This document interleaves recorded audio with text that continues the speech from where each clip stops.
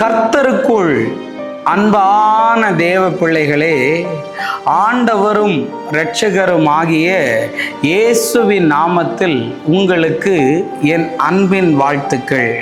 இந்த நல்ல நாளிலேயும் யோபு 34வது அதிகாரம் அதனுடைய 23வது வசனத்தை வாசிக்கிறேன். மனுஷன் தேவனோடு வழக்காடும்படி அவர் அவன் மேல் மிஞ்சின யாதொன்றையும் சுமத்த மாட்டார் என்று எழுதியிருக்கிறத பார்க்க முடியும். இன்னைக்கு என் மெசேஜோடைய தலைப்பு என்ன தெரியுமா? எனக்கு மிஞ்சின சுமைன்னு பேச விரும்புகிறேன்.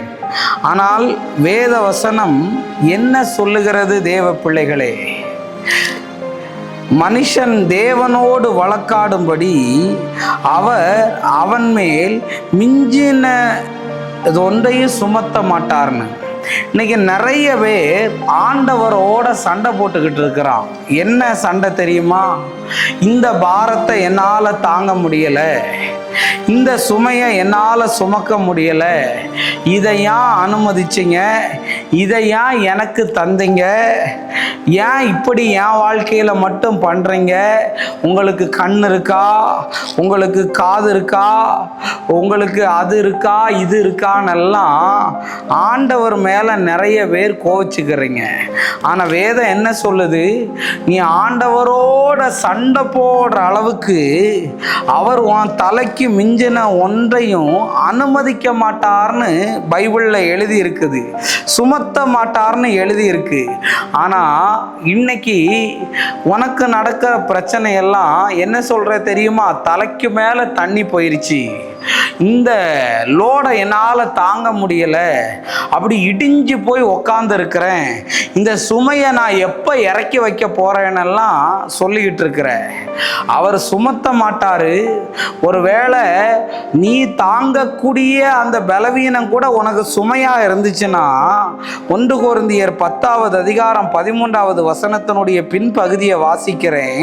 உங்கள் திராணிக்கு மேலாக நீங்கள் சோதிக்கப்படுகிறதற்கு அவர் இடம் கொடாமல் சோதனையை தாங்கத்தக்கதாக சோதனையோடு கூடிய அதற்கு தப்பித்து செல்லக்கூடிய போக்க உண்டாக்குவாராம். அப்படின்னா என்ன அர்த்தம் தெரியுமா? உங்களுக்கு இந்த சுமையையும் இந்த போராட்டத்திலிருந்து தப்பித்து செல்லக்கூடிய ஒரு வழியை கர்த்தர் காட்டுவேன்னு சொல்லுகிறார். இந்த சுமையை என்னால் சுமக்க முடியல பிரதர், இந்த வேதனையை என்னால் தாங்க முடியல பிரதர், இதுல இருந்து எப்படி வெளியே வர போறேன்னு தெரியல பிரதர், ரொம்ப பாதிப்பா இருக்குதுன்னு சொல்றியா? இன்னைக்கு கர்த்தருடைய வார்த்தையை கேட்டுக்கிட்டு இருக்கிற உனக்கு ஒரு வழி பிறக்கும்.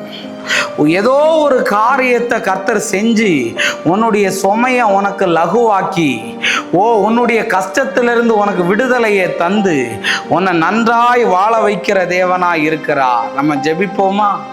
அன்பான நல்ல ஆண்டவரே, இந்த நேரத்துக்காக உமக்கு நான் நன்றி சொல்றேன். ஆண்டவரே, நீங்க எங்க கூட பேசின தீர்க்க தரிசனமான வார்த்தைகளுக்காக நன்றி. எல்லா தடைகளையும் பரிசுத்த ஆவியானவர் உடைச்சி பெரிய அற்புதத்தை செய்து சாட்சியாக நிறுத்தும். உம்முடைய வல்ல நாமத்தை மகிமைப்படுத்துங்க. இயேசுவின் நாமத்தில் வேண்டுகிறேன் நல்ல பிதாவே. ஆமேன், ஆமேன், ஆமேன். God bless you. கர்த்தர் உங்களை ஆசீர்வதிப்பாராக.